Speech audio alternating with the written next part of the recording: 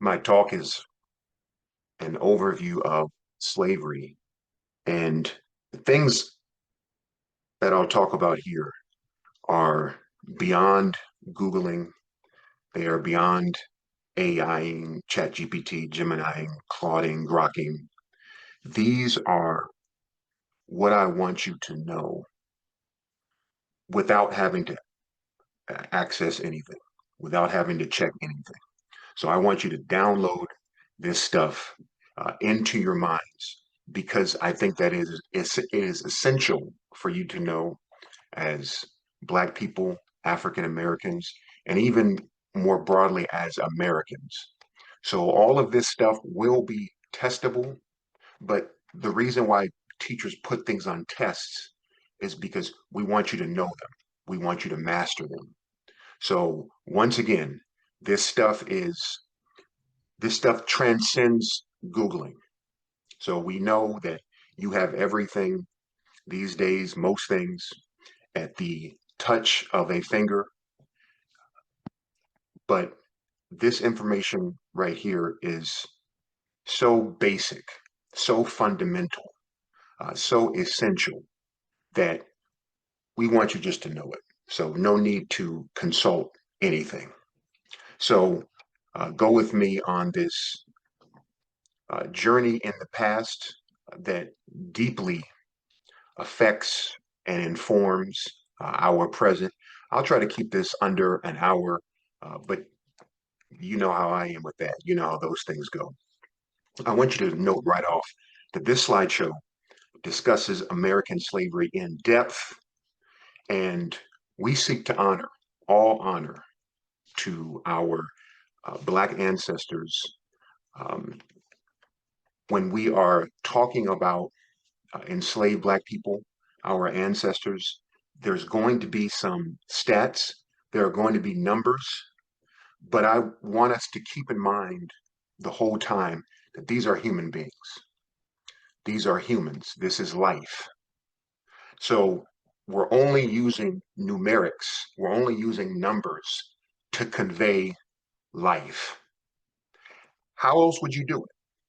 How else would you talk about millions of people who endured something um, without bringing in a numerical element to represent the totality of the human experience? So we're going to do some qualitative things and quantitative things, but I want you to keep in mind that the quantitative things, which may seem impersonal and inhuman, are representing human beings all the time.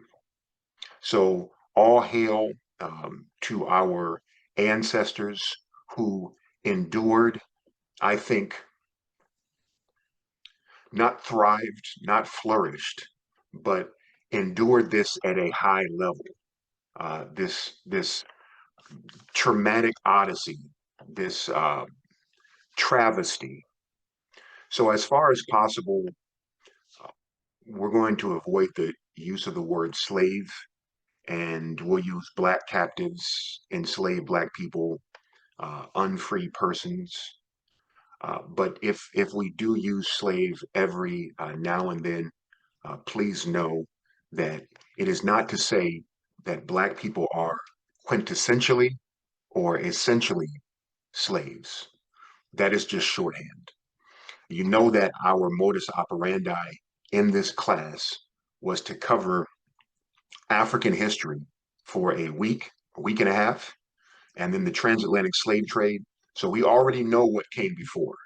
So we know that in no way, despite the earnest attempts of white Americans, that Black people can never be reduced to their status as a slave.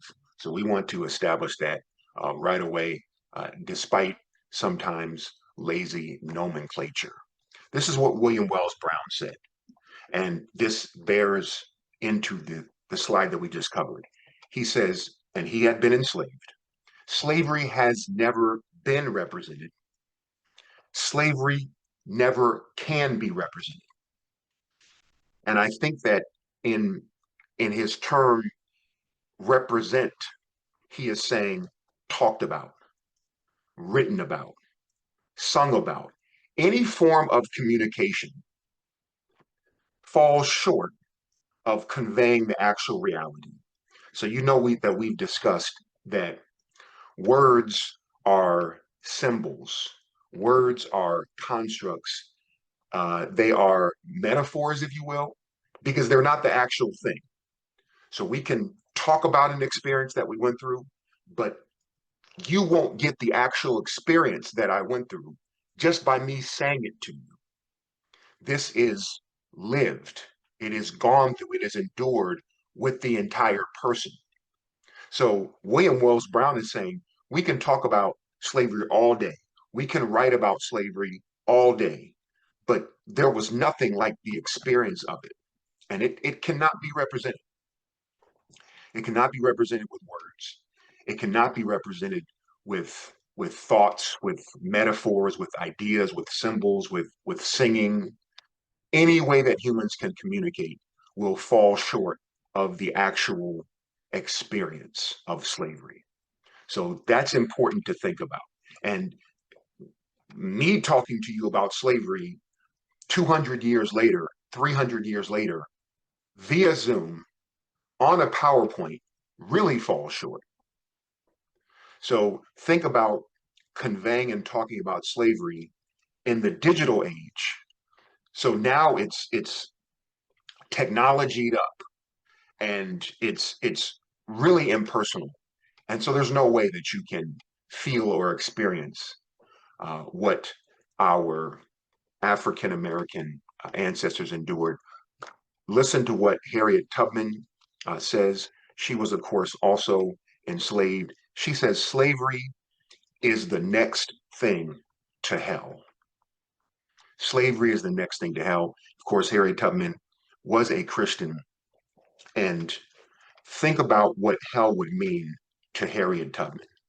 So we know the common conceptions of hell, which is flames, pain, burning, just a lot of pyrotechnics, right? But it's also extreme marginalization. It is doom. It is death. It is non existence. And this comports with Orlando Patterson's position that slavery is social death. So, in any meaningful way that a human lives and flourishes, slavery is the death of that. So, think about that. So, perhaps enslaved Black people were maybe alive economically or as labor actors and other forms of agents. But as far as anything wholesome, the fundamentals of sociality and life as we think of as humans, we talked about how enslaved Black people could not legally marry anywhere. And I believe that's the case in all states, maybe in early slavery in the North. Um, Enslaved Black people could get married, but it was outlawed. So think of all the fundamentals of humanity. You recall Harriet Jacobs when she says she fell in love with a Black man, and she said basically slavery is kryptonite to romance. So you couldn't even have fulfilling romances. All of these markers of humanity, it's social death. Slavery is social death to that. So we not only want to think that slavery can be torture, but also I think comprehended in Harriet Tubman's statement here is total marginalization, extreme marginalization, alienation, loneliness, death. Harriet Jacobs, no pen can give an adequate description of the all pervading corruption produced by slavery. So, this is the worst human construct for relations. There is nothing more corrupt than one human having complete control of another human. And if you don't say complete control, because I am aware that in slavery There were some checks and balances for white people, for white slave owners, slave masters. There were some societal constraints and checks. Let's say in Harriet Jacobs' case, Dr. Flint, his wife, he had to go around his wife to try to sexually assault her. And there developed a nasty sort of not competition, but the wife began to see Harriet Jacobs as the enemy. Of course, Harriet Jacobs didn't do anything wrong. In fact, I believe, and I think that this is sound, that Harriet Jacobs never succumbed to the advances of Dr. Flint. She never succumbed, so she beat him, and she said that in incidents. She said, "This is game on. I am not going to succumb to this evil man." And I believe that she didn't, to the point of hiding in an attic for 7 years. I mean, you talk about complete social death. But the point is that there is no construct that is worse for human depravity than for one human to have control over another human. And so when that occurs, there is no end to the corruption. There is no end to the rot and the ruin. Frederick Douglass, also enslaved, says our past was slavery. We cannot recur to it. That means go back to it, think about it with any sense of complacency or composure. So Douglass would even say, the fact that I'm lecturing to you about it right now, I'm talking to you about it right now, and I'm not turning up. I have somewhat my composure. Somewhat, you all may say. Some of y'all think I'm crazy, but I have somewhat of my composure. Douglass would say that that's inappropriate.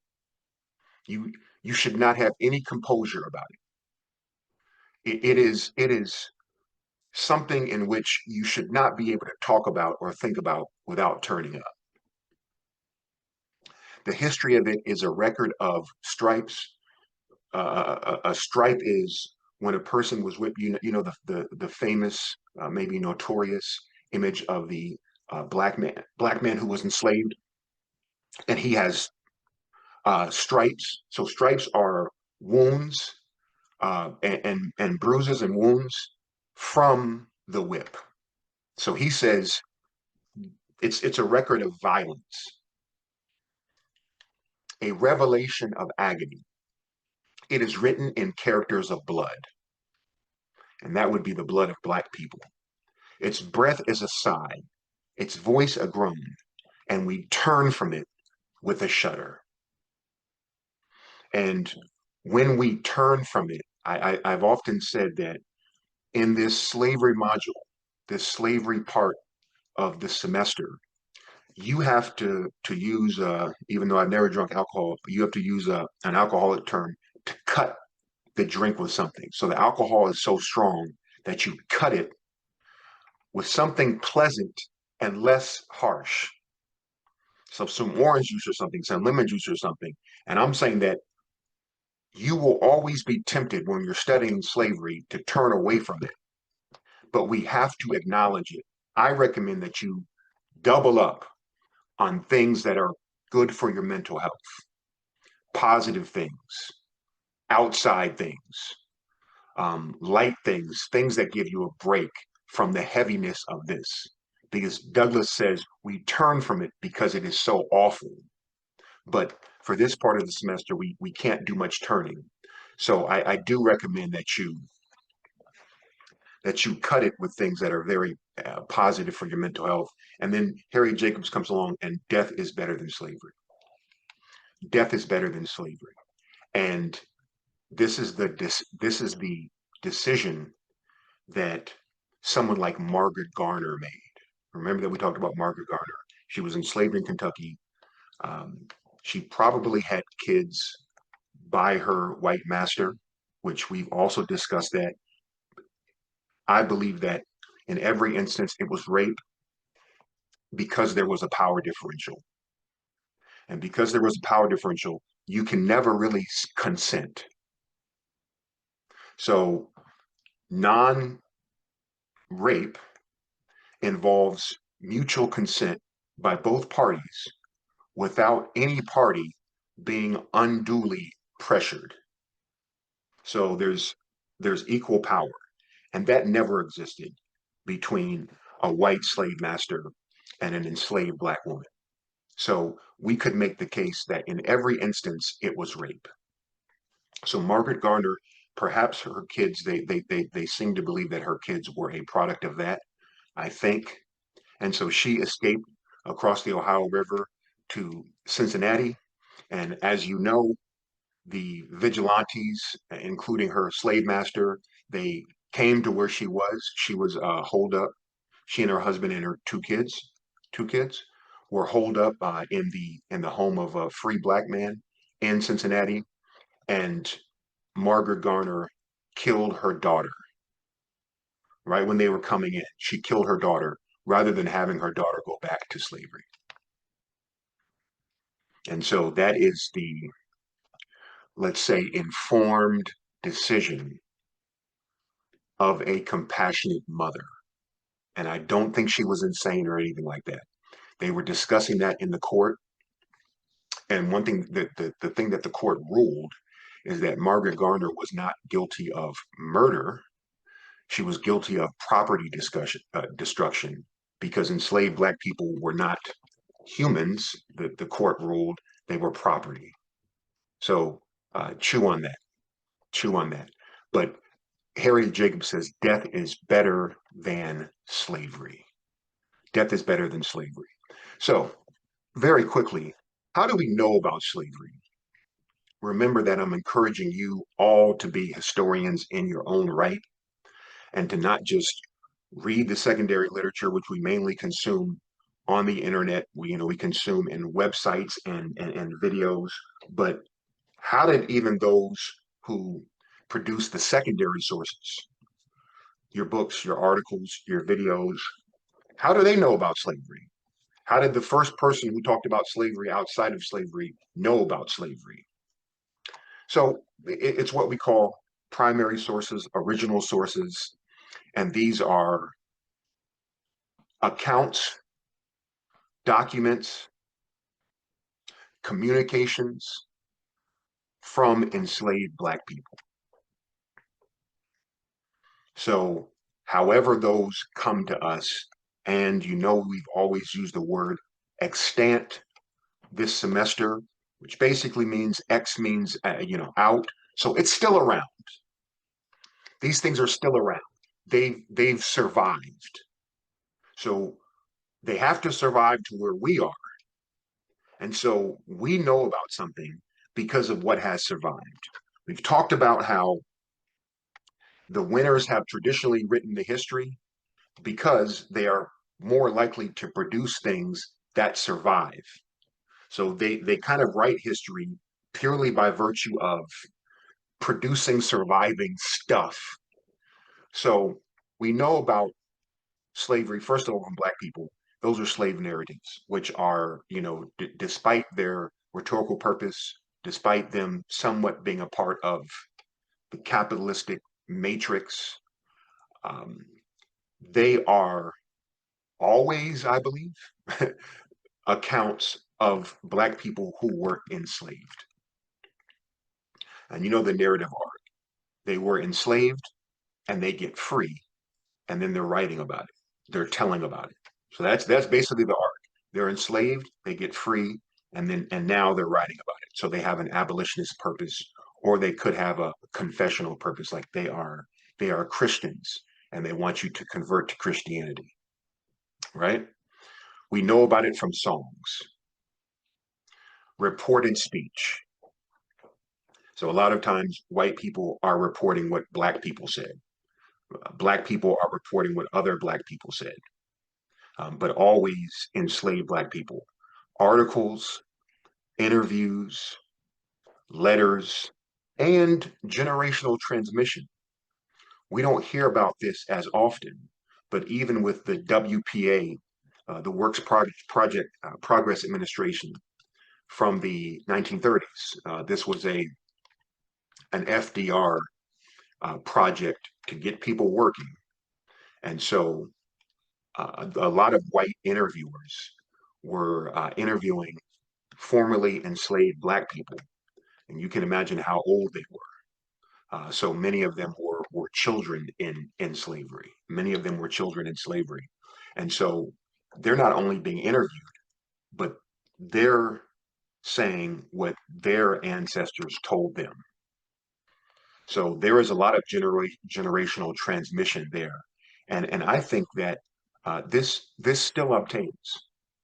So there are Black people living today whose grandmother told them what her great grandmother told her, what her great grandmother, so and it doesn't even need to go back that far. And so there's still generational transmission today. So this is the primary way that we know about slavery from the enslaved themselves. And I encourage you all to go to the North American slave narratives. You can put this in Google. I've sent you the URL many times.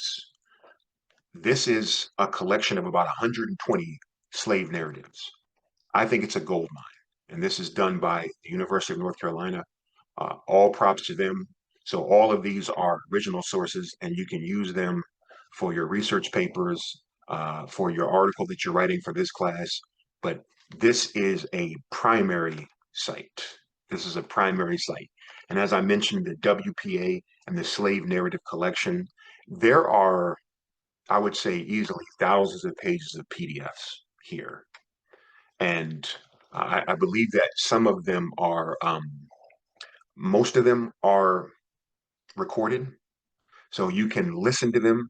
I forgot if the recordings are available on this site, but I would assume that they are. But I have them all downloaded in PDF, and they are mainly by state. So they have the southern states. All right, we know about slavery from abolitionist papers, and these to me, they had a rhetorical purpose. Abolitionist papers. They wanted to end slavery immediately. They wanted to end slavery now. So there is a rhetorical purpose there. But I believe abolitionist papers above, let's say, propagandist, Southern and Northern papers. When they're reporting on slavery, the enslaved Black people tend to be happy and cheerful about it. And this is a great system and all this stuff. And I love slavery and this and that.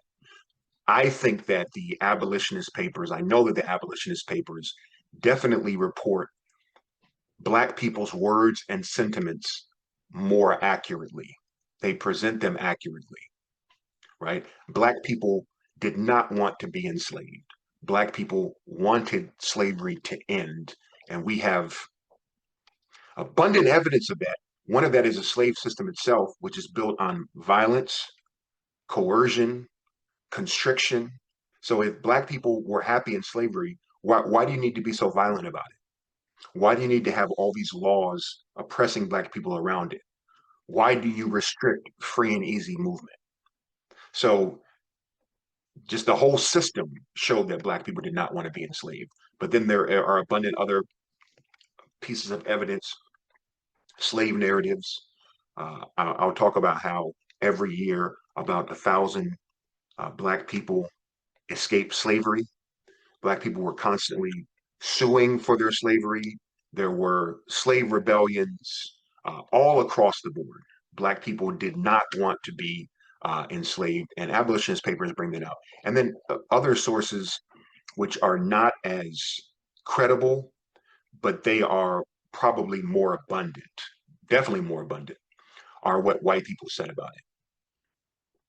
So, and that's in books, articles, speeches, reported speech, journals, correspondence, official records. These tend to be accurate because white people were serious about their money. They were serious about their property. So when things like that are attached to it, there's going to be some accuracy to it. There's going to be some accuracy to it. Now, I'm aware of the objection that sometimes the number of enslaved Black people could be conflated or inflated rather, so that white politicians who represented the slave power could have more votes. Remember that a Black person was counted as enslaved black person was counted as 3/5 of a person, and that has to do with voting power. And so those numbers could be inflated. But for the most part, I would say that the official records talking about sales and numbers and things like that tend to be fairly accurate. Court records, artifacts, and structures. And there are whole historians who do work on slavery from, let's say, slave cabins, plantation, plantation houses, and plantation buildings, artifacts. So, what kind of utensils are left behind? What sort of dishes are left behind? Are there clothes? Things of that nature. And you can, with vigorous and creative uses of primary sources, you can construct a lot of the past. You can construct a lot of the past. All right. So we've already discussed for a week. We discussed the transatlantic slave trade, but I just want to touch on this very important slide. I've asked you to screenshot this slide and to memorize everything on here, to know everything on here. And so we know the dates of the transatlantic slave trade. We know that 1807, 1808, when the transatlantic slave trade was outlawed, that it's really important for the United States of America because at that time the domestic slave trade flourished. So they said no more Africans are coming from outside anymore. So we need to, accelerate, metastasize, to use a cancer term, um, this slave institution in the United States, right? So this is very important for our lecture here. Enslaved black people were taken from West Central Africa, so that's the sub-Saharan area, mainly on the coast. Remember, we said that primarily the coastal European powers went to coastal Africa, coastal West Africa, because that was the closest. And that was also home to the large population centers, unlike in the desert and in the north. All right, so you all know this. Um, the number of Africans in the Middle Passage estimated 12 to 15 million. Perhaps about 2 million died in the dreaded and harrowing Middle Passage. And so counterintuitive to so many people, only about 6% of total Africans removed, confiscated from West Central Africa were brought to British North America. That's about 367,000. And so you may be most safe by saying 350 to 400,000 Africans were brought to the British United States, British North America. Okay, and the other major destinations, one is the closest. So look at this map. The closest, and this may also be counterintuitive, is like, what's the closest to Senegambia or modern day Nigeria or Gabon or Ghana? It will be Brazil. It will be Brazil. And then you kind of get more into the dynamics of, okay, what are large sugar producers? And that would be Jamaica. All right, so these are the facts of American chattel slavery. I want you to know these. I want you to know these. What are the years? 1619. We discussed 1619 in our lecture on colonial America. Okay, British North America. We discussed this 1619. I'm going to say a little bit about that. And for all intents and purposes, I know that slavery persisted. There were new forms of slavery after 1865, but for all intents and purposes, political legal slavery was terminated in 1865. Slavery mainly occurred for our purposes here in the American South. African captives, we already discussed this, brought to the United States about 367,000. And then from our demographic historian, J. David Hackett.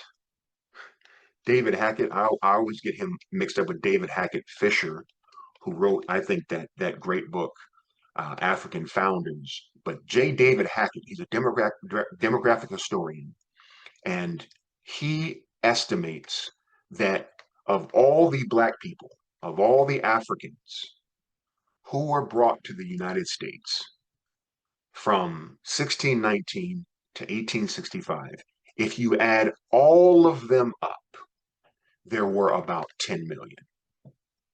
There were about 10 million. So never at one time, never at any discrete time were there 10 million. He's estimating that there were 10 million total. So if all of the enslaved Black people were to be in one place at one time, there would be 10 million. And Hackett, J. David Hackett, estimates that they worked a total of 410 billion hours. This will be great for our reparations claim. 410 billion hours, which includes overtime, retirement, money generated, disability. What else?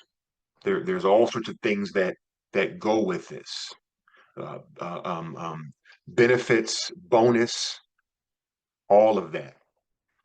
You uh, account for inflation, from 1619 on to 1865, and then now you count for injury, you count for psychological harm, and I believe that then reparations should be an annual thing.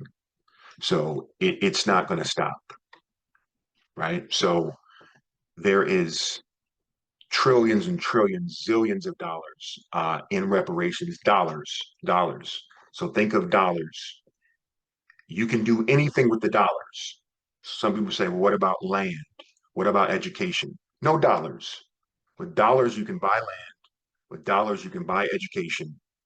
Someone like me, my education is over. You know what I'm saying? I already got in debt to get my PhD. As they say, it's mine, I paid for it. And so, no, money. That's what our enslaved ancestors earned for not only the slave masters, but the entire United States, right? The entire industrial and capitalist behemoth that was the United States. So money should be reparated. Money should be the payment. So 410 billion hours, that almost defies comprehension. All right, so a little bit about 1619, and this is in review.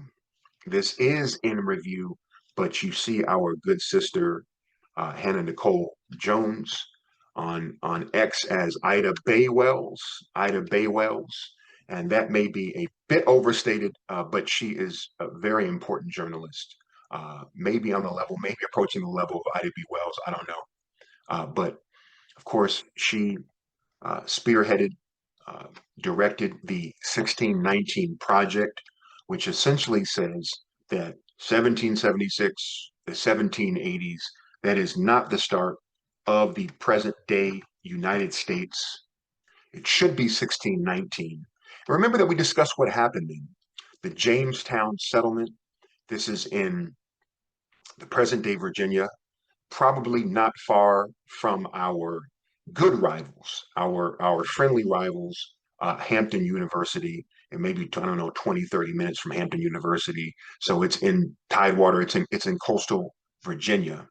And this was it was a charter colony. It was a royal colony, rather. It was a royal colony sponsored by King James. And King James. King James is the guy from the King James Version of the Bible who sort of put that whole committee together. And in 1611, you have the King James Version of the Bible. And then I don't know actually know why I put LeBron up here, but we call LeBron King James, and that is a nod to the King James of Britain, England, and the King James Bible. All right, so what exactly happened in 1619? Once again, these are things that are beyond Google. We want you to know this stuff. We want it to be riveted deeply, inexorably in your minds. The Portuguese, so we're talking about Portugal. Remember the five major powers, the five major European states that were involved in the transatlantic slave trade. So the Portuguese ship White Lion, it arrives in Jamestown, which is a British settlement in Virginia, on August 20, 1619. And it's coming from present day Angola. So there were Angolans on the ship. The name of the ethnic group slips me, and the records say that I think that they say that there were 20 and some odd, 20 and some odd. So we say there were between 20 and 30 enslaved Africans. Yeah, that's it. The Ndongo. Okay, so they were Ndongo peoples. They were sold to the Jamestown colonists as indentured servants. That is a euphemism for slave. And what's the significance? These are the first Africans sold in British North America. So this is the start of what we know as American slavery. Now, there were other enslaved Africans before this by the Spanish and the French, probably some also by the Dutch in the Northeast. So we know this, but this strain, what happened from Jamestown, what emanated from Jamestown, is the sort of the sort of line of American slavery that we know. So this is the British start of it, of American chattel slavery. Okay, I want you to zero in on this. How do we define American slavery? Please zero in on this because this will be testable. This will be on the exam. This will be on the exam, on the exam, on the exam. And it will be worth a lot of points. So that means that we're privileging it. This is essential for you to know. How do we define American slavery? This is probably harder to define than you may think. Perhaps it could be as simple as, well, one human having control over another, but there's a lot more to it than that. So check this out. A legal system, this is what I came up with. You know, we don't want you to just reproduce my words on the exam. It's not about me, it's not about my words. You may improve on this, but it should have these elements. A legal system in the United States, primarily the South. So this is after 1619. Let's say, since we're talking about antebellum, I've even heard the term interbellum. So bell means war, ante means before. So it's before the Civil War. So let's say that the antebellum period is after the American Revolution. So let's say 1790 to 1860. 1790 to 1860. That is the antebellum, 1790 to 1860. So it's a legal system in the United States perpetrated by white citizens that gave whites the right to own and control black human beings as property based on their race. Whites forced blacks to perform labor that was mainly agricultural and profitable. Whites controlled every aspect of black people's existence. Fundamentally, slavery was a system of exploitation and dehumanization which blacks were subject to their entire lives and in which their children were automatically subject. All right, so please screenshot that. Please note that. Maybe you want to write it down, take a picture of it, what have you. And this is the breakdown of it. Here's the breakdown. Here's the breakdown. And this is in many ways important as the previous slide because these are the elements separated out. Slavery was racial. Antebellum slavery was racial, meaning that only black people could be enslaved. Only black people could be enslaved. Now, I am aware of the scholarship and beyond the scholarship, the experience, the reality of enslaved Native Americans, enslaved indigenous people. Here we're talking about black people. And from 1790 to 1860, it's mainly black people. Black people, Africans. It is forced. You have no choice. If you are black, you can be enslaved. Even like in the case of Solomon Northup, he's free. He's a free black person. He's not enslaved, but he's kidnapped and forced into slavery. And it's like that for 12 years. And so just by the fact that you are black, you can be enslaved. And I would say that it comes down to skin color. It's not even always what they would call phenotype. So if someone has, let's say, the stereotypical black phenotype, a wide nose, big lips, certain type of hair, no, it's just your skin color. And it's very complex as to how this was told. How could you tell who was black and who wasn't? We hear all this stuff about people passing and all this stuff. But if you appeared a certain way to a white person, you could be enslaved, right? You would be enslaved. Okay? It was legal. We can go into all sorts of philosophizing and theorizing about this. What does it mean that slavery was legal? What does it say about democracy? What does it say about capitalism? What does it say about the nature of laws? What does it say about our morality and ethics vis-a-vis the laws? I always hate it when people say, or when their morality is based on American law. When the laws just come and go. So one time alcohol is illegal. The next time alcohol is legal, the next year alcohol is legal. One time the age for drinking is 18, and another time it's 21, and it's 19 in this state, and it's it. So the laws are all over the place, and the laws can be completely immoral and inhumane. And these laws are voted in and supported by the majority of the demos, of the people, of the population. So, what does that say about democracy? The majority can always vote against and enslave the minority. I assume, I could probably be wrong, but I assume that right now, white people who may be 60% of the American population, it may be a little lower now, 55, but it's still a plurality, they could vote us back into slavery.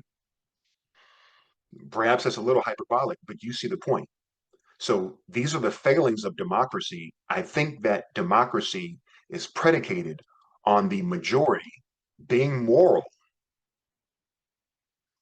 the majority being humane,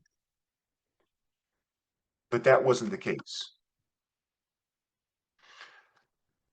Slavery was systematic, meaning that it was a part of, it was the warp and woof of America. America depended on it. Yes. Oh, but there were only a small percentage of those in the South who were slaveholders. America depended on slavery. We'll talk a little bit about that. But the whole industrial project, remember that we said industry means producing things. And all throughout the 19th century, America is having innovations, inventions. There is a factoryization of America that is contingent upon the labor of Black people with cotton and other things. Okay, so this is the whole system. So slavery is a part of the warp and woof of the system. It's labor intensive. That means you are enslaved to work. You are enslaved to work and to work a lot. It is agricultural. We're talking about antebellum. So this is mainly in the South. It's mainly agricultural. It is profit based. We're not enslaving you just for the heck of it. There is real money to be made. This is real money to be made. That's why we always have a critique of capitalism. We always have a critique of money getting, and we always question, is your thirst for money above your regard for humans? So if it is, then you're going to do very bad things to humans to get money. And this is the story of America. Slavery is lifelong, meaning that if you're Black and enslaved, you are enslaved for your entire life unless a miracle happens. And it's generational. So when you automatically, when you have children, those children will be enslaved. And this is even when the slave master rapes a Black woman and the Black woman conceives and has a child, that child is enslaved. And yes, white slave masters would know that it was their child, and they would still have that child working as a slave. It's brutal. It's like psychopathic. It's sociopathic. Okay, we've already given you the definition of antebellum. Chattel is just cattle, and it just means property. The South, you all know what the South is. Uh, Pretty much without controversy. I really haven't seen, you know, historians going at it about what the South is, but it did become like it was below the Mason-Dixon line, but you can just see the southern states here. Plantation is simply a farm that produced cash crops from slavery. So it's just a farm, and the point is for it to produce profit from the labor, the forced labor of Black people. And you can see the slave states. They are in pink around 1846. And just know that all of these territories, the West is definitely a construct. At one time, the Midwest, like the Ohio Territory, that was the West. Ohio was the Western Reserve. But then, as America, through manifest destiny, it expands westerly. There is a contest over if the new territories will be slave or free. That is, will it be a slave state? Will it be legal for Black people to be enslaved in that state? And perhaps the worst battleground of this was Kansas, and that's called Bleeding Kansas. And that's when white settlers, quote unquote settlers, were fighting each other. They were killing each other to try to make Kansas a slave state, slave or free state. So America's expansion west was a theater. It was a manifestation of the struggle for the struggle over slavery. And it all comes back to power. It all comes back to money. So if the people of the slave states get more political power, then they will essentially dominate the United States. And the free states didn't want that. And by the way, I don't want you all to necessarily think of all this as having to do with race. So, because Northern people didn't want slavery to expand, that doesn't mean that they were not racist or that they loved Black people.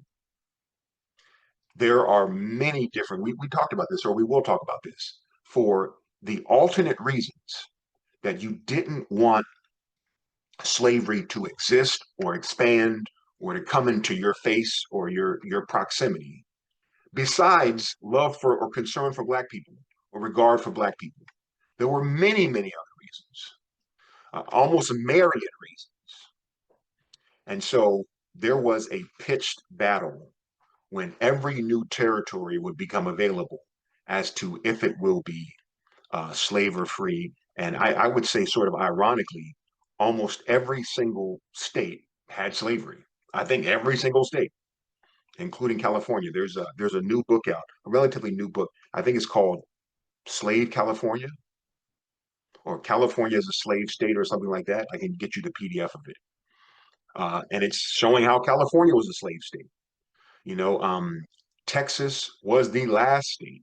We you don't often associate Texas with the South, but Texas was the last state, to have the most enslaved Black people. And this is the story of Juneteenth.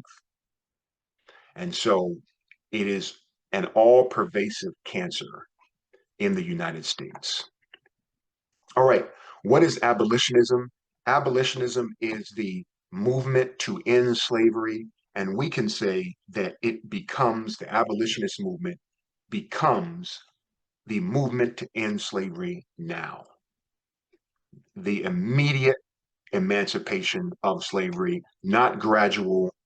Immediatism comes to the fore. So the abolitionist movement really picks up in America around 1830, thanks in no small part to our brother David Walker, who wrote the appeal. And I think he was one of the progenitors of the abolitionist movement. He taught William Lloyd Garrison.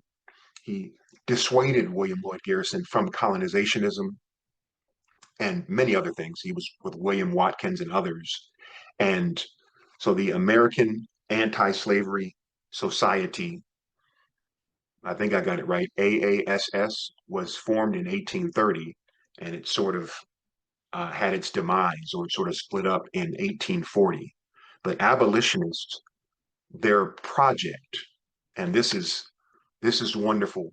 One motif of African American history that I always want you to remember is when Black people did not like something about America, when Black people thought that something about America was unfair or unjust, they changed it.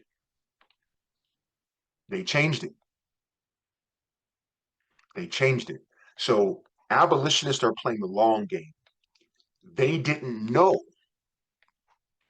when slavery would end, if slavery would end. It's a good question as to if abolitionists really believe that slavery would end, because when something is so entrenched in the system and it's so profitable and it's so much about power, how do you know it's going to end? So some abolitionists, they started in 1830, and this is William Lloyd Garrison's story, not to promote white saviorism, but he started in 1830, and they went on until 1865. So 35 years. That's the long game. We we don't we don't know if this is going to end. We don't know if and they were skeptical. It was mountains and valleys. It was vicissitudinal. Sometimes we think there's some hope.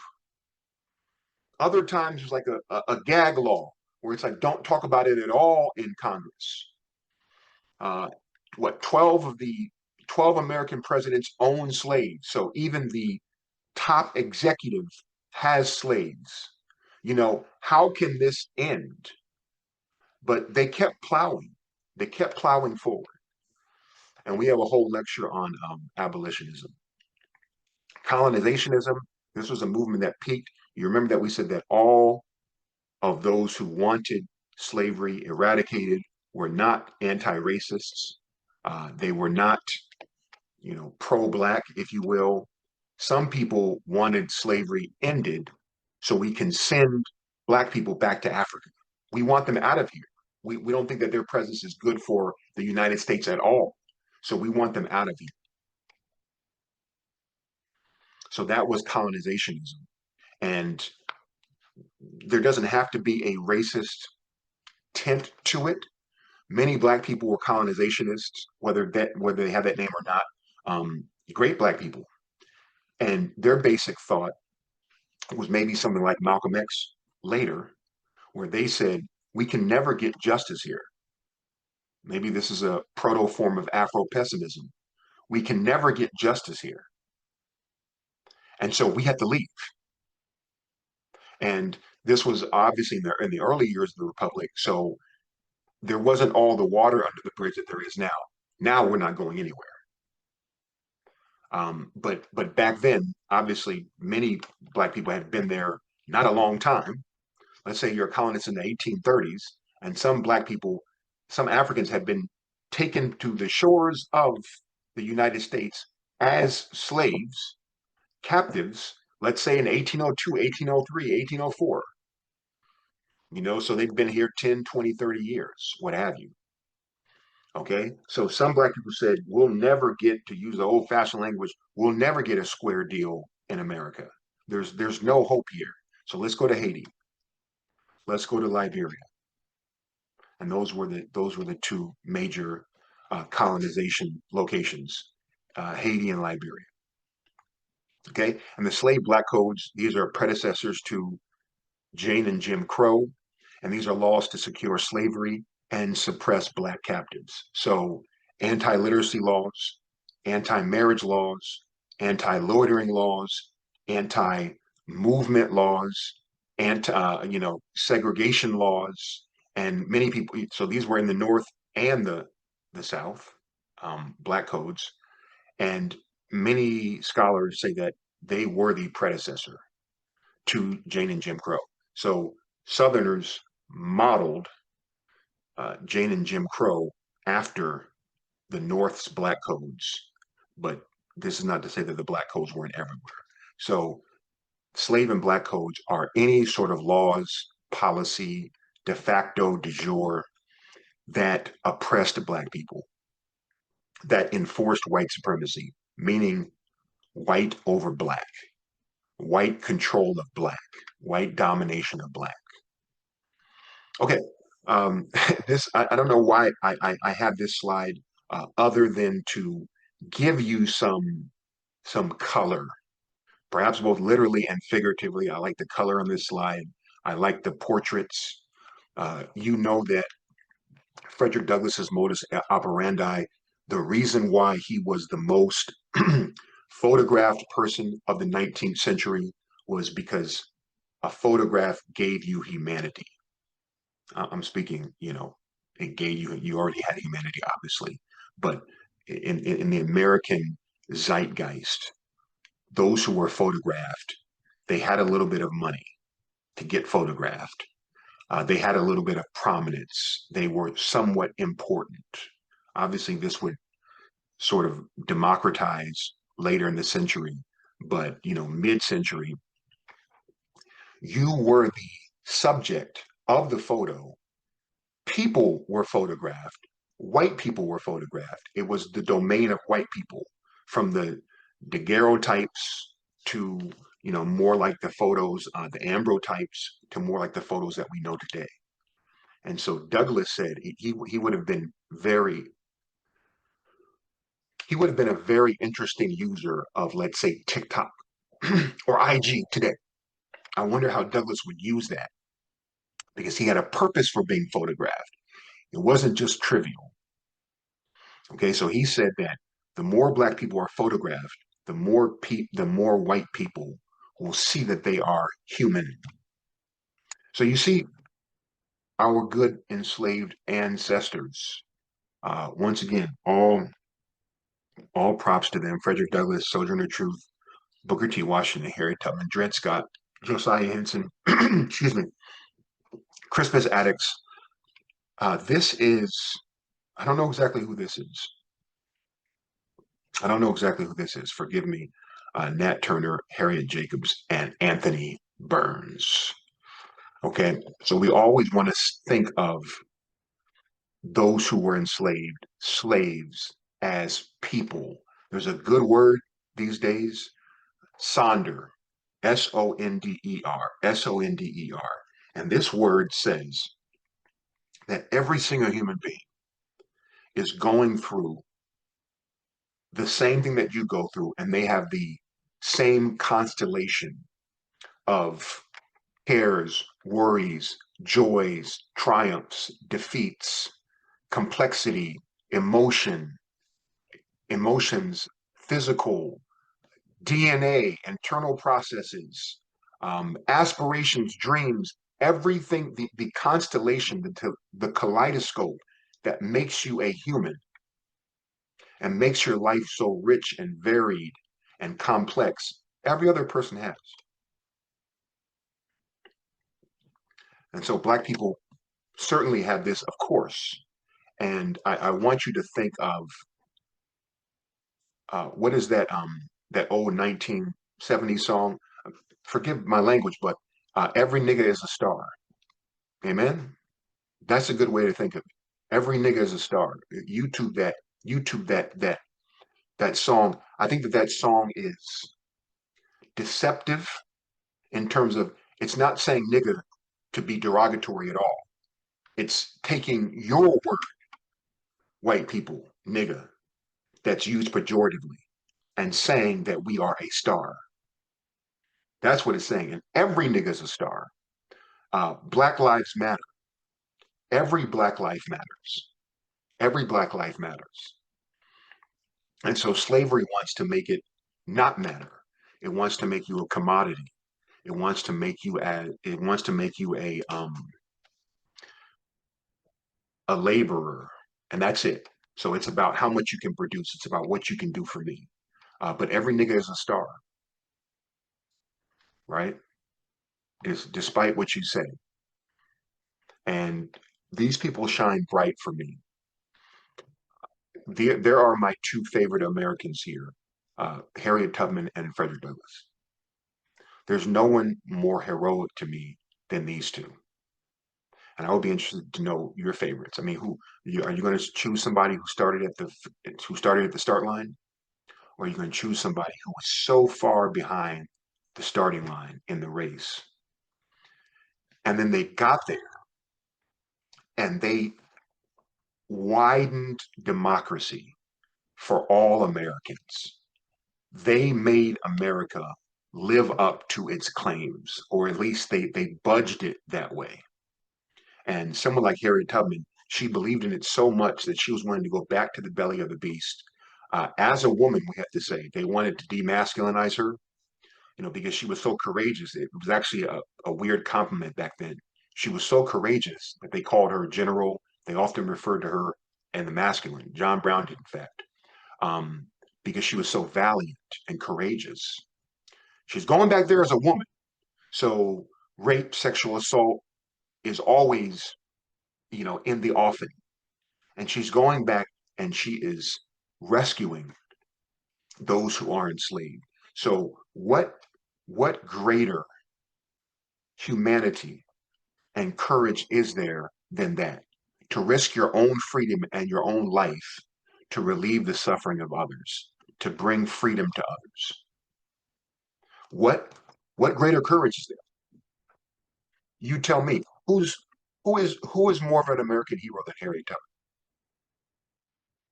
Tubman? I'm all ears. I'm all ears. So she definitely deserves to be in that $20 bill, despite that being a signifier of American capitalism. What a $20 bill would represent.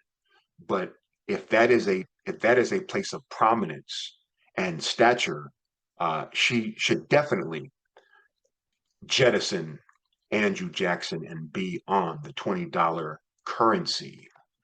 Okay, slavery was central to the United States. And I want you on the final exam to tell me why. So this is beyond just chat GPTing something, Clauding something. This is beyond that. I want you to know deeply why slavery was so important to the United States. And these are just some some obvious reasons. So think about these. It generated the stats are negligible because it's hard to exactly pin down what the GDP of the colonies was, the British colonies, and how you reckon that. But it was probably 60, 70% of the GDPs of the British colonies. So not even like slavery made America. Slavery made the possibility of America. So this is even before the revolution. Okay, so before the 1770s and 1780s, slavery was a major part of the GDP of the colonies.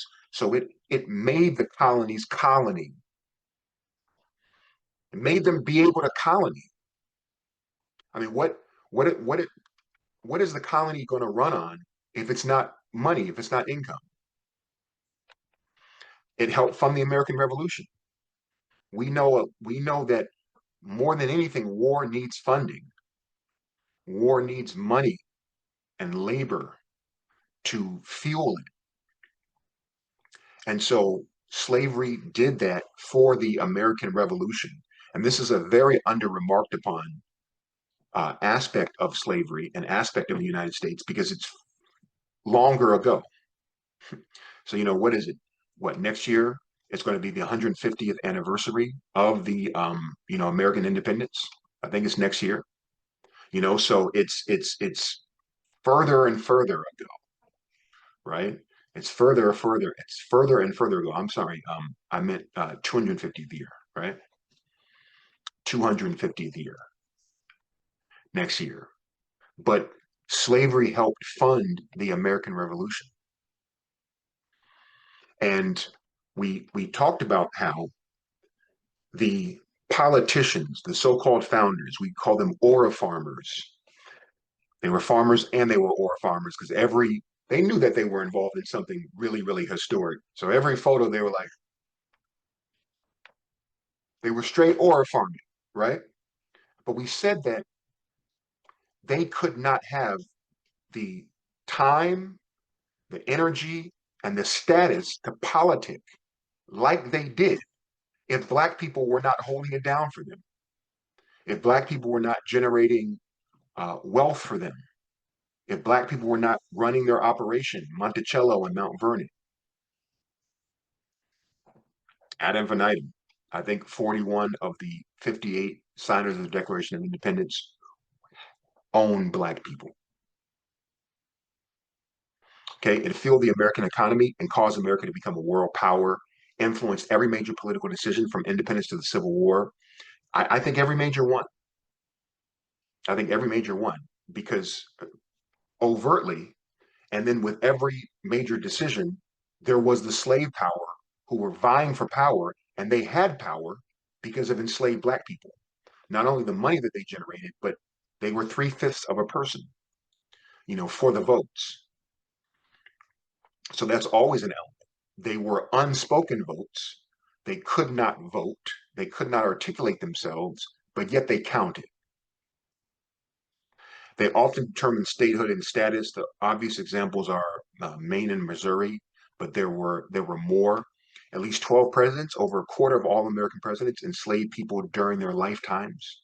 Of these, 8 held enslaved people while in office. Imagine that. We know now in 2025 what it is like having an overt white supremacist in office. Probably all of them have been. Hello. Probably all of them have been. And I'm hopefully I'm underscoring something by stating it lightly, right? Um, but imagine an American president having enslaved Black people. Think about that and what that means for the nation. Every American benefited directly or indirectly from slave labor. Enslaved people contributed to medical innovations in medical fields. And it's not just our 3 founding mothers of gynecology, 3, 4. There's a new book, I think it's called Anarcha, on how these women that J. Marion Sims used to to innovate the field of OBGYN, gynecology, obstetrics, actually played a much larger role than previously believed. So there were all sorts of medical innovations and medical fields Slavery is probably responsible for the flourishing of capitalism. We indicated this before. Millions of Americans left the Union over it. Eventually, America's only civil war was fought over it. America's bloodiest war was fought over it. Nowadays, uh, estimates are some 750,000 dead, but you know how that goes. That is rather high now. At one time, it was thought like 600,000, but it's rather high now because, how do you count a Civil War death? If someone dies from, you know, some disease, some infection during the war, is that a death from the war? But they weren't killed by a bullet per se or a knife per se. If someone has a medical condition from the war, but then they die 3 or 4 years later, they die 10 years later, is that a death from the war? So this is like the current dead from the war. Slavery defined and expanded American ideals of democracy. Yes. And so there is a subfield, it's probably a field by now, of books on just let's just say that America is a capitalist behemoth, and the money that it generated, the industrial innovation made America what it was. It put it, so whatever you think of America now, the individualism, well, the individualism largely came from, money generated. And I don't want to be reductionist or essentialist here, but let's say, oh, American culture is dominated. I'm saying, let's say pop culture is dominated. Um, it's because America is a economic behemoth. It kind of all comes back to that. And the economic foundations were built by enslaved Black people. They were laid by enslaved Black people, from the rooter to the tutor, from the colonies to the Second Industrial Revolution. Okay, and these books talk about it. I have all of these in PDFs, and I can send them to you. But these books uh, really substantiate that. I can't imagine anyone arguing against that these days. So I'm making an economic argument. There are also cultural arguments. You remember our lecture on how Black people founded the United States, and I could say co-founded, but we say founded, and we talked about like 20 different ways. We were being somewhat exhaustive, and there's definitely the cultural element. There is the religious element. There's the spiritual element. There is the moral element. But this right here is dealing with the capital element, right? America is capital. I would even say that the democracy and freedom that people may enjoy in America is because of money. If we didn't have money, you couldn't protect yourself. Other people, other countries could come and do whatever to you. You probably wouldn't have freedom. Once again, this sounds reductionist, but think about it. Okay, very quickly, very quickly, very quickly. I said that this was going to be an hour, but we know that we're going way over. We're going to go way over an hour. There's maybe a couple of hours, but hopefully you are being watered by this, and you will revisit this for the final exam. This just horrible, brutal system, this thing that is slavery. What are the white justifications? People often ask this, and it's like we are thinking about it beyond just power and dominance. Why did white people do this? Why did they think that they would get away with it? Well, the white supremacy says that we are naturally, so think of Darwinism is on the rise, but they don't need Darwinism. They already believe that we as a race are dominant. We are destined to be on top. We are the strongest. And because we shackled you, because we enslaved you, that means that we should be on top. So it's like a bully who's stronger than the person they're bullying, at least physically. They deserve to bully them. They deserve to dominate them because they can. Because they can. So, we got it how we lived. whatever it was that made us stronger than you and put us in the position of being over you. Who cares what that was? That's the case now. So Darwinianism and all sorts of other enlightenment and non-enlightenment thoughts, notions, said that how things are how they should be. So if we have power over you, that's how it should be. Okay. Stronger people should rule over weaker peoples. We are stronger than you in every way. Physically, because we have physical dominance over you, but also intellectually, civilizationally, spiritually, morally, all of that. Okay. They said black people are subhuman. So you are not human, and therefore you can be worked like cattle. Slavery is civilizing you. So we are enslaving you to make you better, to make you better humans, more civilized humans. This is almost unthinkable, isn't it? Even saying this now, it makes no sense. And then slavery is legal. So think about that. Some people have theorized that white supremacy is I'm white and I say so. I believe that's Neely Fuller, right? I'm white and I say so. That is white supremacy in a nutshell. So, what is a law? A law, really, at least one time, was a bunch of white people getting together and just deciding something. Like, why is the stop sign there? Why is the stoplight there? Why is this the age for this? Or why is this permitted? Why is that permitted? Uh, a bunch of white people were in a committee meeting and we decided. So they make it legal and then they say it should be because it is legal. It's destined to be like this because it is legal. Ain't that something? Black people are heathens and need to be Christianized through slavery. So this is akin to we're going to civilize you. There was a Christianizing project, and this was used here and there. Um, but it was so dubious. It was like Thomas Jefferson's deleted paragraph. It's like this is a little too on the nose. You all know we talked about Jefferson's deleted paragraph in the Declaration of Independence. So Jefferson wrote this paragraph that, hey, King George, we're against you because you enslave African human beings, and then you take them across the ocean, and the other signers of the Declaration of the other drafters, the 41 of them, they were looking at Thomas Jefferson like, this is a little bit, this is a little bit too on the nose. This is a little too on the nose. Okay, so there is the curse of Ham. We talked about the curse of Ham. You all remember that. This is the biblical story of after the flood. Noah gets high on his own supply, and he gets drunk, and he is naked, and it is unclear at that time.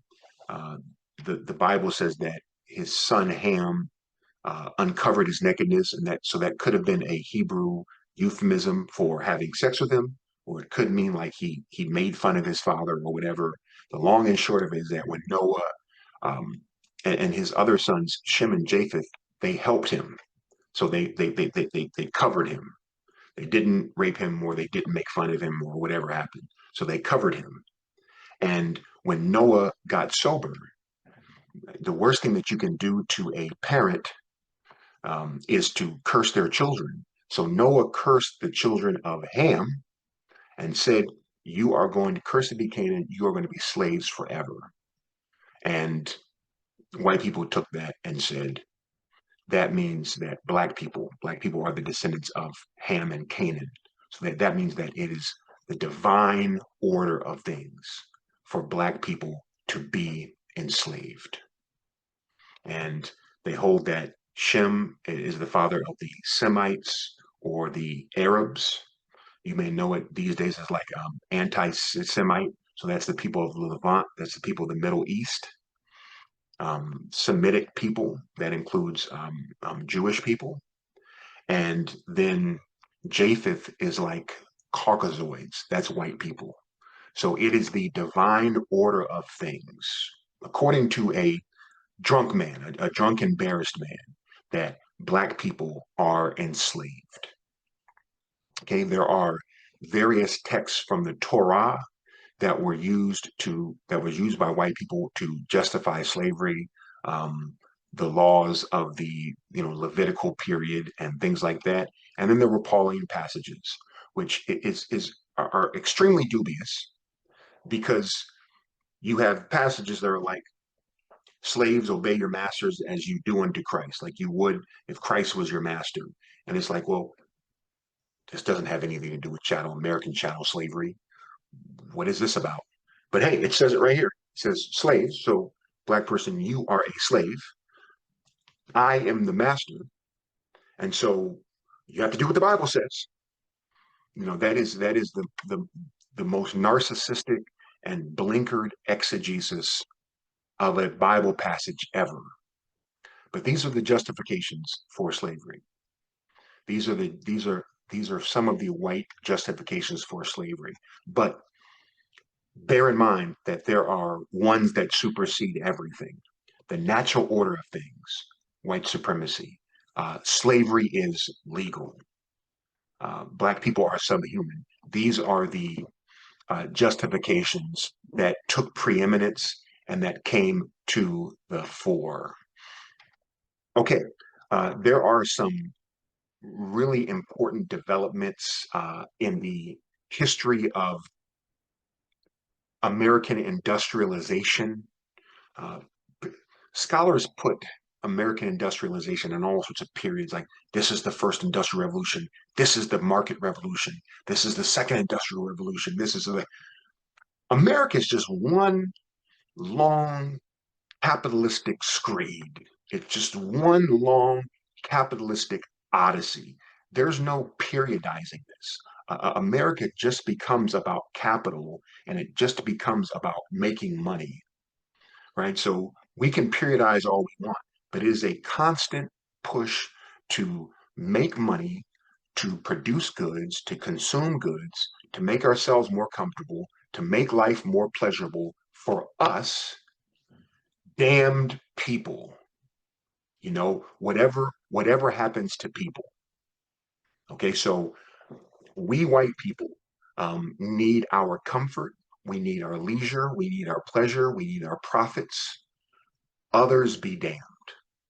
African Americans be damned, Native Americans be damned, um, Mexicanos be damned, Californios be damned, immigrants be damned. We will have our profits and the life that comes with that. And so white people at all times are trying to innovate. They're trying to innovate to make production easier, less human, and faster. That's a good way to think of innovation. Easier, simpler, faster, and you're taking out some of the human component. So you can just mechanize it. And one of the key innovations was the cotton gin by Eli Whitney, a white northerner, in 1793. And what the cotton gin did was it reduced some of the human labor. It reduced the human labor uh, for a piece of cotton to be usable for industry to produce things from it. You had to remove the seeds. The seeds would scupper the production process. So you had to remove the seeds, and it was a very time intensive and labor intensive process. Okay. So what the cotton gin did was it simplified it, it made it faster, and it took out some of the human component. So now this cotton gin will just remove the seeds and it will make the cotton usable without all of the human labor. Okay. So cotton production is going to pick up now with this easier method of manufacturing cotton. Okay. So by far, most enslaved Black people in the antebellum period harvested cotton. They grew cotton. By far, this is what most enslaved Black people did. They harvested cotton. This is going to be on the final exam, right? We know that enslaved Black people, they did many other things, and I'm going to talk about that in a second. They did many other things, but the most Black people, for the most of the time, they grew cotton. They harvested cotton. Okay. Cotton was labor intensive, but it was highly profitable.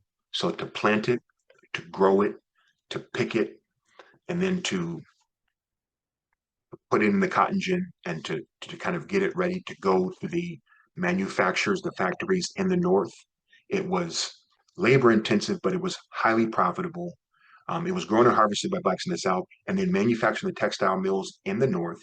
And I would say that cotton in the antebellum period, cotton in the early 1800s was something like plastic now, something like fossil fuels, petroleum now. So think everything we use, petroleum, I'm talking to you on a computer that is made of plastic. Probably my glasses are made of plastic. Probably even our clothes are synthesized somehow with plastic. Phones, plastic. Water bottle, water bottle, plastic. I have lotion on. There's probably some petroleum elements in there. And so this is how cotton was in the antebellum period. It was white gold. It was white gold.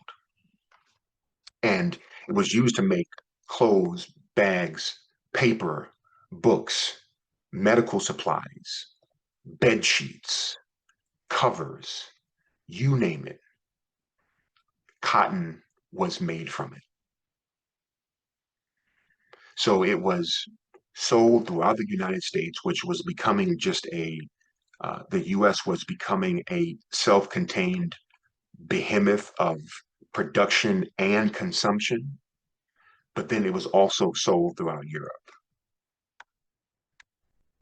Okay, so you can see here I'm sort of comparing cotton and cotton production with fossil fuels, and there are some more striking parallels than just the obvious, with labor exploitation and the use of that uh, trouncing over humanity to get these things and to produce these things, and the shameless exploitation with that, the unethical practices that capitalism and production leaves in its wake.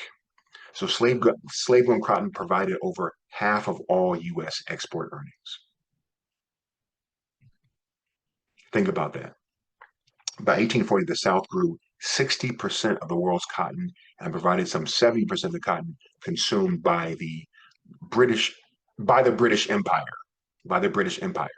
So slavery paid for a substantial share of the capital, iron, and manufactured goods that laid the basis for American economic growth. And because the South specialized in cotton production, the North developed a variety of businesses that provided services for the slave South. So think about that. A a gestational, a fecund, a fecund industry, and all of those industries that emanate and that grow around the production of this essential crop, this essential commodity. So you can see textile factories, meat processing industries, insurance companies, um, cotton brokers, all sorts of industries grew up from this. Okay, and you can see the agriculture in the South by 1860. You see cotton is the main show in town, so to speak. There are other crops. There's rice, especially like in Virginia. There's Virginia and the Carolinas. There is North Carolina. There's tobacco. Uh, Sugar is mainly a Caribbean crop, but you can see like in French Louisiana, there is sugar, but the main crop is cotton. And so Black people are harvesting cotton. I do want to point out, though, this is important. So enslaved Black people are by no means reduced to just harvesting cotton. Their expertise is extensive. This is a final exam question. In what other areas did Black people exercise expertise in their enslavement besides harvesting cotton? So, agricultural, they actually, they had agricultural expertise. This is landscaping for crops, preparing crops, uh, soil tilling, soil management, uh, where crops were planted, the best time to plant crops, the best way to grow crops, the best way to harvest crops, the whole kit and caboodle. Harvesting, you see that I have there's some redundancy, but then there are nuances between these. Landscaping, construction, this is the construction of the tools and the equipment on the plantation, construction of houses and buildings, carpentry, industry, management. Oftentimes, enslaved Black people would manage the entire plantation house and manage the plantation labor as well. Irrigation, mining techniques, metallurgy. I've had friends who have done their dissertation on how Black people in the Gold Coast were oftentimes metallurgic experts. And so they were brought to, let's say, certain parts of Brazil or Peru for their expertise in mining, and their expertise was utilized. That is also the case in the United States. It's also the case in the Caribbean and Central America. Leather work, weaving, sewing, I should add cotton work as well, trading, prospecting. So, which land is best for agriculture? Which land is best for mining, irrigation? Black people were experts in OBGYN, in pregnancy, as midwives, as pregnancy trainers, as delivery doctors. Oftentimes, Black women would serve as they used to call them wet nurses, but they would deliver babies for white people. They would help white women deliver babies. These are Black women. And then they would nurse the babies. They would breastfeed the babies and essentially raise the babies. Remember that we talked about someone of the stature, if you will, of a Thomas Jefferson, who said the first person I knew was my Black wet nurse. That's the first face I saw. And then the last face I saw was my Black lieutenant. His name escapes me, but he had a Black man who was his assistant. And he said that was the last face I saw. So first face he saw was a Black person. The last face he saw was a Black person. Housekeeping. So this was called domestic science back in the day, and that included keeping the house, managing the house, and all of the. Well, I guess you soon will own houses, but a lot of stuff goes with maintaining a house. Not only the people, but the repairs, the maintenance of the house, child rearing. So many white children were raised by Black people during slavery. Medicine, there was no Medicaid or Medicare for Black people. Oftentimes, they were adjacent to, outside of the medical establishment per se. Oftentimes, this was a blessing because they practiced things like bloodletting and overdosing on quinine and all sorts of ancient remedies and things like that that were absolutely destructive to the human body.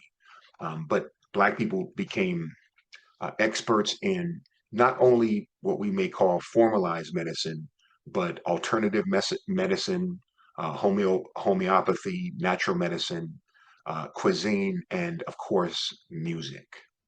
So there was extensive expertise of enslaved Black people, never just harvesting cotton. Never. I want you to think there was a lot of picking cotton, but that was in no way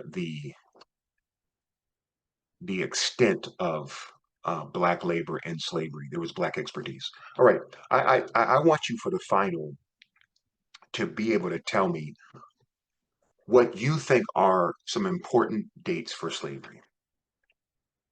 What are some important dates in the history of slavery? I want you to become theorist of this. So you say, hey, this date is important. Well, why? And remember that we said we're not fixated on the numerics of the date. It's not how much you can just remember from 1619 168 185 1865. No, these dates are important because they represent a moment in time in relation to other moments, and things develop from that. So you need to know that 1619 came before 1865 because 1865 couldn't exist if it wasn't for 1619. So the major developments of slavery, you know these: 1619, uh, Jamestown. So this is the start of British or American chattel slavery, 1807 to 1808. Britain, the British Empire outlaws the transatlantic slave trade. America outlaws the importation of Africans as slaves. Slave revolts, 1739 Stoner Rebellion, 1831 Nat Turner's Rebellion, laws around slavery, 1850 that's the Fugitive Slave Act, 1857 we're talking about Dred Scott, political maneuvers, 1820 what is that, the Missouri Compromise, 1860 that's secession of South Carolina and other uh, what became the CSA, Confederate States of America, abolitionist movement, 1831. That is the establishment of the American Anti-Slavery Society. 1840 is the dissolution of the AASS. Publications, 1829. David Walker produces his appeal. 1852, I believe that's Uncle Tom's Cabin. And perhaps the most important dates: beginning of slavery, 1619 Jamestown, 1863 to 1865. This is the dissolution, the defeat of the Confederate States of America. 1863 is the Emancipation Proclamation issued by Abraham Lincoln. 1865, the 13th Amendment and the abolition of slavery. The abolition of slavery is 1865. It's the close of the Civil War. And that means the brokered peace, what becomes the point of the war, is the abolition of chattel slavery. Okay, so some of the federal laws of slavery, remember that we said that slavery was, above all, it was legal. It was legal. And there were myriad laws around slavery. Myriad laws, we know there's federal and there is state, there is territorial laws. And so I want you to, one thing that may be on the final is give me some major laws around slavery. What are some major laws around slavery? So we talk a lot about the Three-Fifths Compromise, and this is shortly after the American Revolution. And it's not saying that Black people are three-fifths of a human, although I think that they thought that we were less than that. So, three-fifths is a little high for them at that time, maybe even now. But Three-Fifths Compromise, that says that those who own enslaved Black people will count as three-fifths. So if you have two enslaved Black people, help me out with the math, that's 6/10. So you have, you know, what, a vote and a half, essentially, a vote and a half. So you can see how if there's 4 million enslaved Black people in 1860, you can do the math on that. How many votes that is, how much political power that is. And of course, more money, more political power was generated from the labor that Black people produced. Okay, Fugitive Slave Act. 1793. And really, the Fugitive Slave Act, the Fugitive Slave Bill that you see pictured here of 1850 was, by all accounts, a major catalyst of the American Civil War. We're going to talk about how that was, the abolition of the slave trade and the prohibition of the importation of slaves, Missouri Compromise, gag rule. This is just incredible, isn't it? Gag rule. No one in Congress can talk about slavery. That's how contentious it was. And this is during the Jacksonian era. So basically, the thought is here that not so much that it's contentious, but that when it's not talked about, it flourishes. When it's not talked about, it is perpetuating.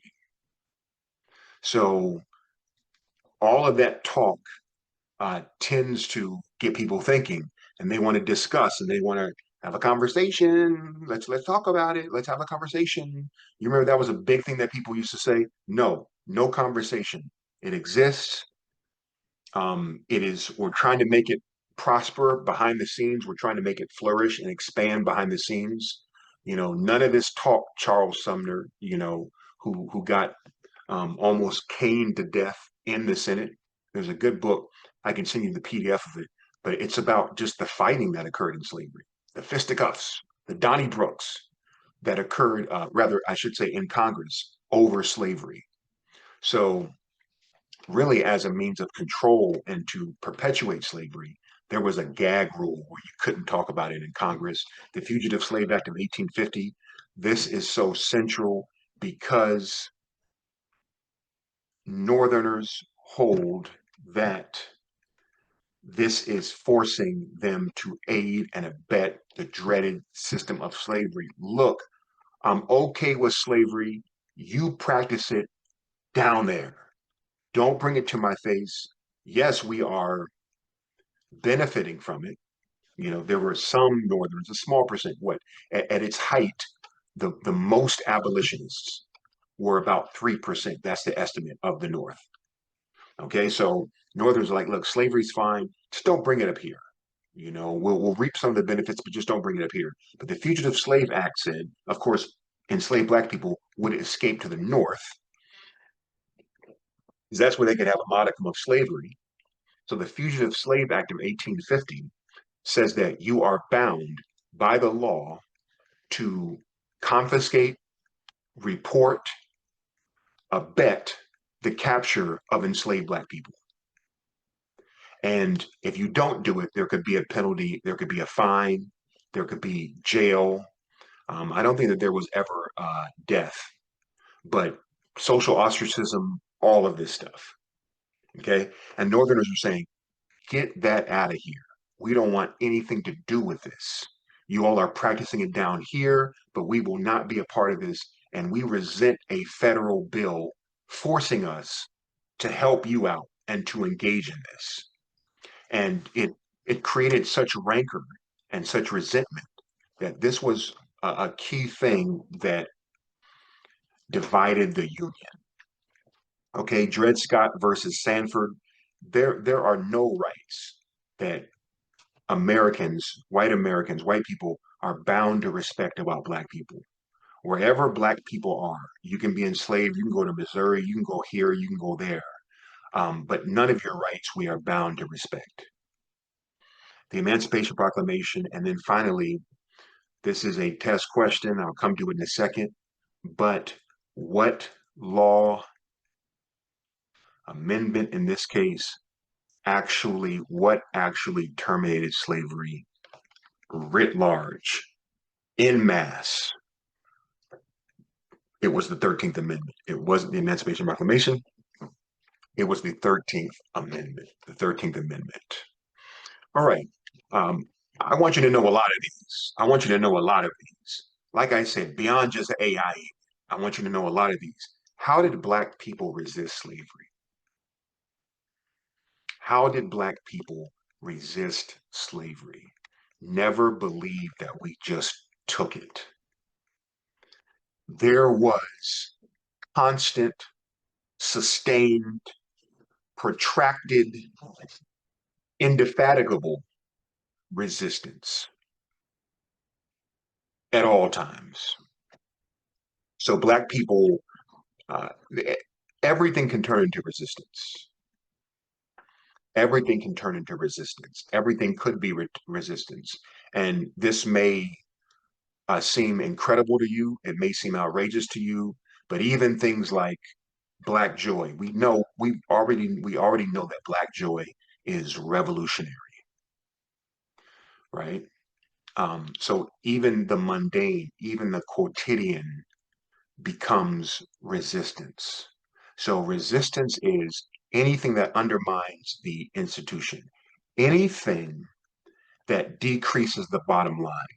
So if the bottom line is, let's just give a very crude example, but the bottom line is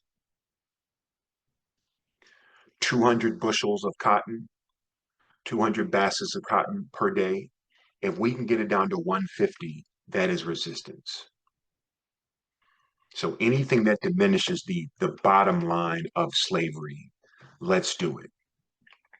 Okay, so refusing to work, working slower, acting like you're sick, sabotage of equipment, property, anything, stealing, damaging property, poisoning, arson, that is burning stuff down, infanticide. We talked about Margaret Garner, but Black people were very wise to the fact that white people, white slavers, were trying to get them to have more children because just think of the labor that could be produced from one life, one single human being. Just think of all that labor, all that money. And that's exactly how they looked at it. They looked at a Black person like a price, like cha-ching. So when you kill a baby or don't have a baby or abort a baby, that's undercutting the system. And you know that it's beyond that because someone like Harriet Jacobs said, "I don't want the suffering of my child." So forget about the bottom line of labor. Whatever, when you have a child in slavery and they go through a lifetime of slavery, that's a lifetime of suffering. So I don't want that suffering to happen to my child. Escape, of course, slave narratives were resistance. Every slave narrative, I would say every single one, had the point of undermining slavery, of destroying the system of slavery. I would say all of them had that abolitionist purpose. Threats, jokes, these are subtle, but a lot of times, they would joke on the master. So a lot of this is also catharsis. So you're getting out your own frustration and hatred of the system. Music, yes. Lying. Somebody once said that as often as possible, enslaved Black people never told the truth to a white person. You don't deserve the truth. We don't want you to have good intel. The more accurate intel that you have, the better the slave system will run. So we don't want you to have good information at all. We will lie to you as often as possible. And lying often becomes more moral than telling the truth. If you tell the truth, you are going to support an unjust system. Lying undermines it. Lying is more ethical. And I know that these are tortured ethics, but this is the American matrix. Religious practices, we're going to have a whole, as you know, a whole lecture on what's called slave religion. Suicide, this kind of goes along with infanticide, but of course it's, what is this, since this may go on YouTube, unaliving yourself, fighting back, murder, rebellion, yes, and then finally fighting for freedom. Black people fought for their freedom in every single war. The American Revolution, more Black people, we said what, triple the Black people fought for the British because the British seemed to be better with freedom, with giving you freedom, with granting you freedom if you fought. I shouldn't say granting, you earned it. That happened in the War of 1812. It happened in the Mexican-American War. It happened in some of these so-called Indian wars, and of course, the Civil War was per se you're fighting for your freedom. You're fighting for the freedom of all Black people. So these are forms of resistance. I love these two books by Kelly Carter Jackson, a brilliant historian, and she is showing that it's sort of going against the now commercialized, now sanitized thing, kind of like behind a Martin Luther King Day, and that is that there is a entire history, and this history may be more robust, though not as celebrated, of violence as opposed to nonviolence. So Black people putting up violent resistance as opposed to nonviolence. So Kelly Carter Jackson does a very good job of bringing this out. And both of these PDFs, both of these books are available to you through the Howard Library in PDF. All right, so I want you to think about how there is an emancipation continuum. So a continuum means that there is something that keeps going and it's not static or discrete. It keeps going. And so look at emancipation. Look at Black people as getting their freedom as not just happening in 1865. Hundreds of thousands, maybe over 1 million Black people got their freedom before 1865. And of course, the big thing that we're thinking of is during the Civil War, 500,000 Black people escaped. Okay, so that's 500,000 right there. But I think it's the next slide. Where's the slide? Yeah, about 1,000 enslaved Black people escaped from slavery each year. And that is a pretty firm number. So we pretty much are sure of that. Once again, because of the records, you know, you lose if a white slave master loses a black person escapes, they're going to make hay of it. They're going to advertise that and say get them back and all of that. And so they're about 1,000. Okay, so some Black people won their freedom in the Revolutionary War. Others won it by fighting in different wars. So all of these Black people are getting free. Hundreds obtained it. This could be thousands, but I'm thinking more hundreds from lawsuits and purchasing their freedom. These are called freedom lawsuits, freedom suits. I forget the term of it, but it's a form of court activism, legal activism, lawsuit activism, in which you are uh, probing the nooks and crevices of American law, the vagaries of American law, to try to find a way to be free. Sometimes it's more overt than that. You were promised freedom and you didn't get it, or you paid for your freedom and then the white slave master reneged. There's countless kind of variations on this, right? Occasionally, masters freed slaves, especially upon their death. As we said, estimated 1,000 Black people escaped every year. From the Revolutionary War to 1830, all states in the North had abolished slavery. So, like a New York state, it abolished slavery in 1823. And I believe that's when Sojourner Truth got her freedom. And so it was like dominoes all throughout the North of northern states outlawing slavery. So there's a whole continuum. You see that? How slavery is always being defeated, it's always being outlawed, it's always being weakened in a way. Sometimes it's strengthened, we know that, but it's always being weakened as well. Approximately 500 Black people freed themselves during the Civil War. Emancipation Proclamation freed slaves in Confederate states in 1863. We know this. And then the 13th Amendment freed all slaves. And then on Juneteenth, all Black people were emancipated in Texas and everywhere. So emancipation is just a constant. It just doesn't happen one big time in 1865. All right. Okay. I won't go into the aspect of slave life. We're going to talk about this in another lecture.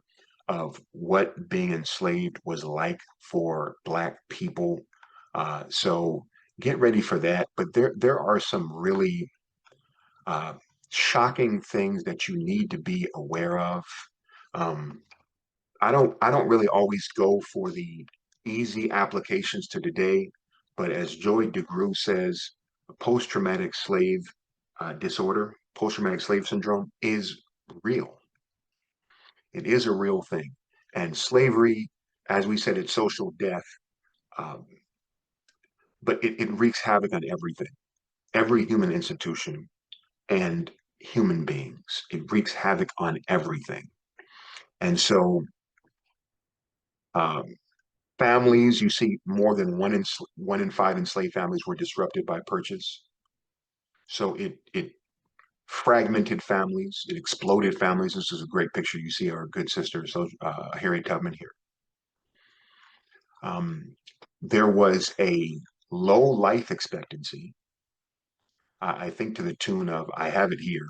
In 1850, the average life expectancy at birth of a white person was early 40s, whereas for Black people, it was early 20s. And this also includes infant deaths. So Black people were likely to live half the time of white people, half the age of white people, because of the intense labor, the bad food, the poor diet, and I would say the psychological conditions. So overwork, diet, psychological conditions, inhumane conditions, lack of good medical care. Um, Precious Black children were dying of maladies, sicknesses, illnesses that had been, like things like, rickets and different things like that, that were from a lack of nutrition. So you can see this blindness, abdominal swelling, bowed legs, skin lesion, convulsions, beriberi, pellagra, tetany. So, rickets, these are rather ancient illnesses that a proper diet would, obviate. But Black people had it because it was all about the bottom line for white people. And so, and we discussed this with prisons as well. So think about it. If you're going to earn a profit of $1 million, but you have to expend 200,000. So you're going to get $800,000 profit. If you can reduce that overhead of 200,000 to 150, you will do it. So it's less quality food, it's less quality medical care, it's less quality clothes across the board. And so this devastates Black people. It devastates Black people. There is no marriage, so no Black person could get legally married. 1 in 5 families are disrupted. So just on and on and on. Low lifespan. So imagine only probably only living to your 20s. What that does to you and what's behind that. And so this is absolutely devastating to human beings. This is absolutely devastating to human beings. We are we're moving past because we're fast running out of time. This lecture has already gone too long, but it's important to point out, and I should say that African Americans did not flourish, but they did well. They did the best with what they had. And despite of these impossible, harrowing conditions, uh, Black people still did amazing things. They endured, they survived. Look at us now. Look at Howard University. Look at us as Black people. We survived it. That is something to be said. That is a testament. What goes into survival of a system like this, of a brutal system like this, of a sustained brutal system like this? I mean, what do you think of the United States? What do you think of the United States? You think it's the most powerful nation of all time? You know? maybe before 1865, it was somewhat in its infancy. But at what time will we say that America becomes a world power? 1870s, 1880s? So this is one of the strongest systems, um, maybe in world history.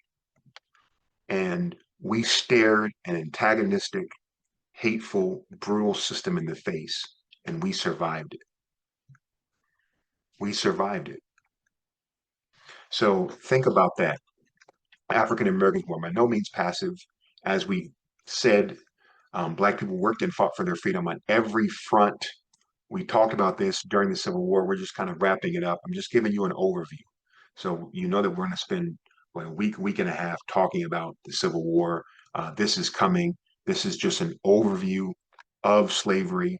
Black people worked in every capacity during the Civil War for their freedom, from soldiers, spies. We know the most famous spy is Harriet Tubman.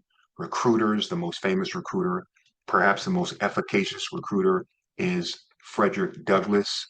Guards, pilots, that's watercraft, not aircraft, of course. Physicians, nurses, chaplains, battlefield cleanup, uh, you name it. Of course, this is sort of like a weird irony of history, a weird but understandable irony, and that is enslaved Black people funded the Confederate effort because they were enslaved. So Black people are funding the Confederacy. And in a way, they partly funded the Northern War, the Union war effort with their enslavement. Does that make sense? It's all us in a way. It's all us in a way. And I challenge anybody to come and tell me differently. What's the alternative view? Oh, the Confederate States of America uh, had a lot of money in their coffers apart from Black labor. Well, how? How? Doing what? What? What is it? Let's break down the GDP of the Confederate States of America from 1860 to 1865. And the North is benefiting from this as well, or had benefited from it, right? Essentially, I think most of the trade, most of the cooperation, ceased during the Civil War. Wars are funny though. In some ways, the terms of engagement and all of that, the rules of engagement, is that there may have still been some economic interaction, between the North and the South, the Union and the Confederacy, but for the most part, it ceased, right? But slavery is still buttressing the North, if anything, but by attrition. Okay, so Black soldiers in the Civil War, about 205,000 in the Union Army and the Navy, uh, not to mention those who were in the Confederacy or supported the Confederacy. Uh, Slaves really held it down for the Confederacy, for the Confederate soldiers at home, still generating that livelihood, generating that income. Okay, and this is all, of course, underreported on because it's just such a bizarre thing to report on, isn't it? About how enslaved Black people really held up the Confederacy until it fell. Okay, so Black soldiers were 10% of the Union forces, and by all accounts, they were valiant and heroic. 3/5 of all Black troops were former slaves, and this is when so many Black soldiers died. This is when we're really getting into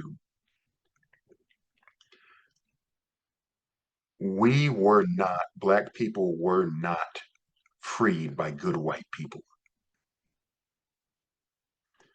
We brought the battle to the fore. Think about that. I'm not going extreme in saying that it was all us. And I don't even think that there's a need to racialize emancipation. But Black soldiers made the difference. And this is why Abraham Lincoln issued the Emancipation Proclamation. Okay, so I believe that the major reason Lincoln issued the Emancipation Proclamation, the point of which was slavery is outlawed in the rebel slave states. So this is crippling the Confederacy. Why? Because he knew that slavery was the foundation of the Confederacy. So when you outlaw that, you're crippling it. And when you say to the troops, the point of this war is to end slavery, that is now knocking them at their knees, right? It's taking the life out of them because you know that slavery is the lifeblood. And what else is he doing? He is allowing President Lincoln is allowing Black people to serve in the Union Army. Some were already, of course, but now they can be actively recruited and they can serve. And I believe, and many scholars believe, that this is what made the difference in the war. This was a turning point. This was a turning point. It gave Northern soldiers, it gave Union soldiers purpose that we now have a clear purpose for the war. We are defeating, we're ending slavery, and now Black people join. And so Black people are a huge part of just the physicality, just the military might, the military acumen of defeating the Confederacy and ending slavery. So these are some of the reasons why I say that Abraham Lincoln issued the Emancipation Proclamation. But once again, it is really touching on how slavery is the life spring, the wellspring of the Confederacy. To knock this out, to end this, is going to end the war, and then to militarize Black people, to allow Black people to serve. That is the turning point of the war. And Black soldiers are a huge part for why the Union won. What finally abolishes slavery? It is the 13th Amendment to the U.S. Constitution. And all you need to know is 1865. And this says that slavery, all persons, so Lincoln said before that all persons held as slaves in the rebelling states were emancipated, but the 13th Amendment outlaws all slavery, all forms of slavery everywhere. Okay, and so this becomes law. All right. So what happened with Juneteenth? And this was made a federal holiday under the Biden administration in June 2021. So what happened with Juneteenth? And this is one of those dates like 1619. It can be sort of tricky, but what I want you to know is the the Civil War is over. You see that Lee and Grant, they broker up. You know, Lee surrenders. Lee is the supreme general, if you will, of the Confederacy. He surrenders to Grant. The war is over, but there are still battles after that. But the war is, for all intents and purposes, over. But it takes a little while. The news takes a little while. Not only the news, but the enforcement. And remember that this is one of the major issues of the civil rights movement of the 1950s and 60s, and that is something's a law now, but white people are not abiding by it. So this is one of the big things of the civil rights movement. Okay, fine. Interstate busing is desegregated, but then a Black person gets on the bus and they still have to go to the back. They still have to go to the colored section, the Negro section, right? So it is enforcing the law, enforcing the just law. And so slavery is emancipated, but because of Texas's geography, maybe it's a little bit of the Texan character, I don't know. It's the furthest away. It's the farthest slave state. And so they are slow to get the news. They are slow to comply. There are still minor skirmishes being fought in Texas. And so Juneteenth is about the news getting to Texas, really getting to Black people. There is still some agency that has to be exercised because even when Union soldiers come in. And by the way, many of them were black. Many of them were black. So once again, this is not white saviorism. Many black people announced to black people that you are free. Many black soldiers, I should say, black Union soldiers announced to enslaved black people that you are free.